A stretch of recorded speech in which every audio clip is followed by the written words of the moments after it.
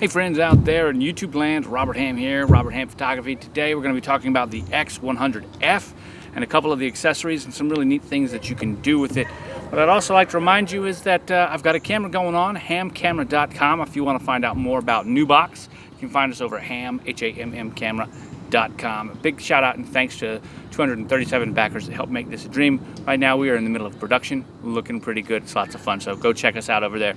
So what's the big hype about the X100f, and why do so many people like it, and why doesn't this look like all the picture and product shots that you've seen? I'm going to get into that right now. First of all, at its core, the X100f is a very versatile camera system with a single fixed lens. Now, there's lots of people out there that make a big issue about the fact that it's got a roughly 35mm approximate lens. It's actually a 23mm f2 lens on the APS-C body. Using that beautiful new X-Trans 3 processor and the Pro processor that's in here for the actual sensor and everything, the camera creates beautiful images. But one of the things that really stands out about it more than anything else is that single field of view lens. See, we have forgotten as photographers what it's like to actually, compose a shot and move with your feet.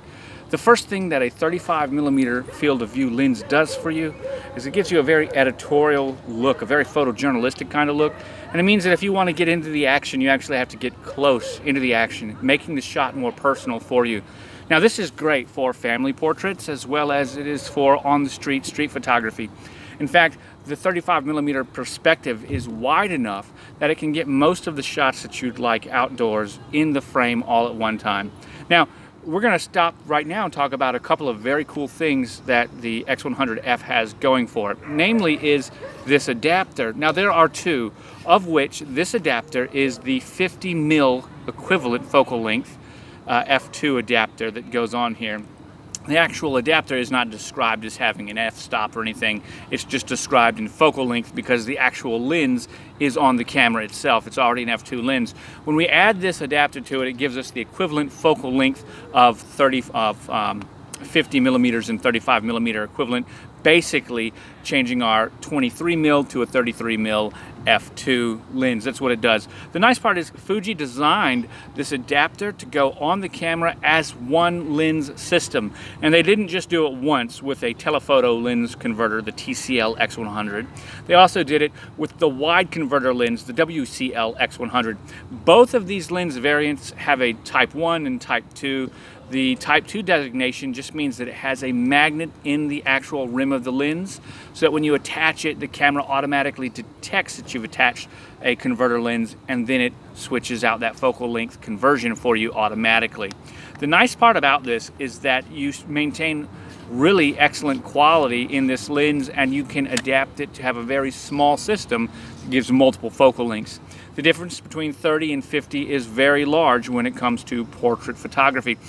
Generally speaking, a 35mm lens is your editorial on full frame, and a 50mm lens is your more kind of a little bit closer, more intimate. It's a very short range portrait lens.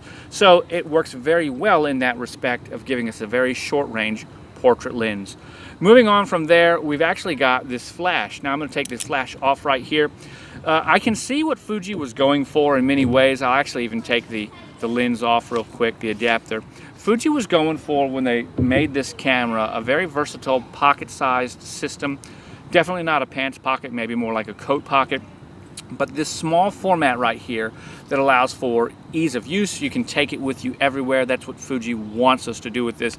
And I can see that their inspiration were early rangefinders, most definitely, as well as one specific camera in mind, and that's Contax. If you think about the Contax G1 and G2, you can think about this flash right here, which is the EF X20. This flash came out back in 2012, 2013 with the X Pro 1, and also it works very well with the X100 system.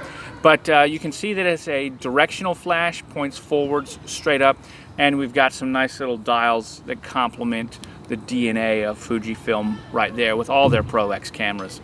Now, the reason that this is so important is that this is a very versatile, useful flash to include slave and sync modes on the bottom, as well as pre-flash and TTL on Fuji cameras that support TTL, which is pretty much all of their X series cameras. And it can act as a command flash as well, because those types of things are triggered in camera. So if you want to use additional flash and you don't have a wireless system, this directional flash is great to act as a commander, but can not only command Fuji cameras with flash or Fuji flash, but can also command flash that support the slave function, which is just the pre-flash or the flash only. And that's pretty cool. But more importantly than all that is what they've done with it when you pair it with this camera. The camera has a very high shutter speed, electronic shutter speed, up to 1/32,000th of a second, but I'm not going to talk about that.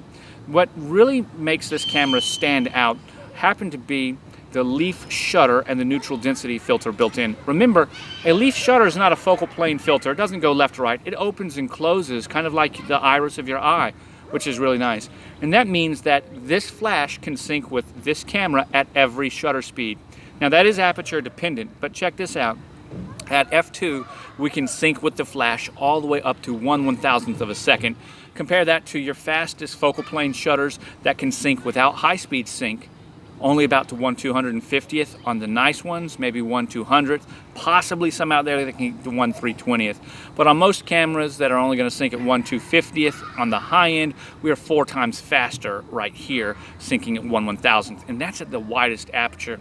Of course, 1/4000th can be synced anywhere from f8 all the way up to f16, and between f4 and an f8, we can sync at 1/2000th of a second, which is really nice. But that's not even the best part. Fujifilm has included an optical neutral density filter inside of this camera. Now, that's where this flash begins to shine.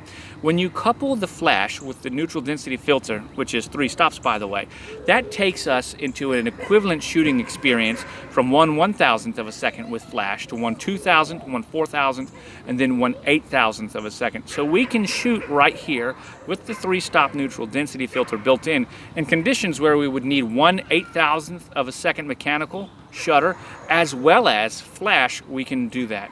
That is insane. That gives us the ability to completely override the power of the sun with nothing more than the small flash right here, or even the one included on the body.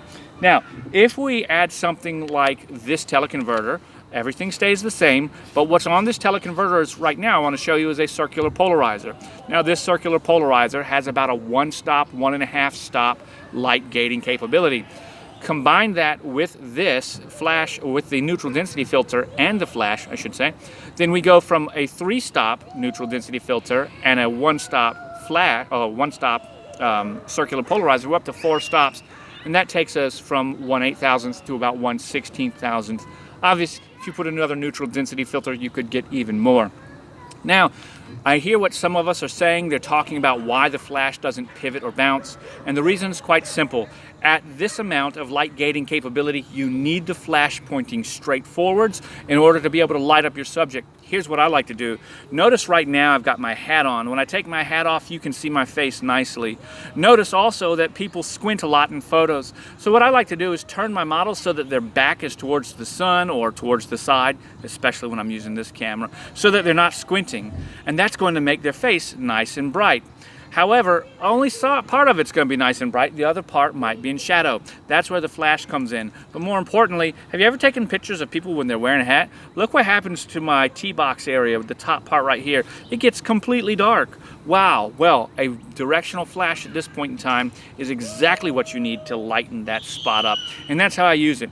This camera comes with other great features, but its standout features in and of its own self are the high-speed flash synchronization speed at any of the shutter settings on your camera, aperture dependent depending on which one you're using, all the way from f2 at 1/1000th of a second all the way to f8 at 1/4000th of a second. This flash will sync and give you no banding. The second thing is the built-in neutral density filter, and that's absolutely amazing. We've got 3 stops right there, which I absolutely love about it. And that kind of gives you the idea of what this camera is capable of. When you look at it as a small travel system, you can have this camera, this flash, maybe a couple batteries, and the nice converter lenses, and that can be it. Guys, I love this camera. I use it quite often. It's one of my favorite digital cameras out there. And I really hope that you have learned something through this. Let me know what you think. I'm Robert Ham with Robert Ham Photography. Find me over at RobHamPhoto over on Twitter and Instagram. Check my workout over at roberthamphotography.com, and we will catch you on the flip side.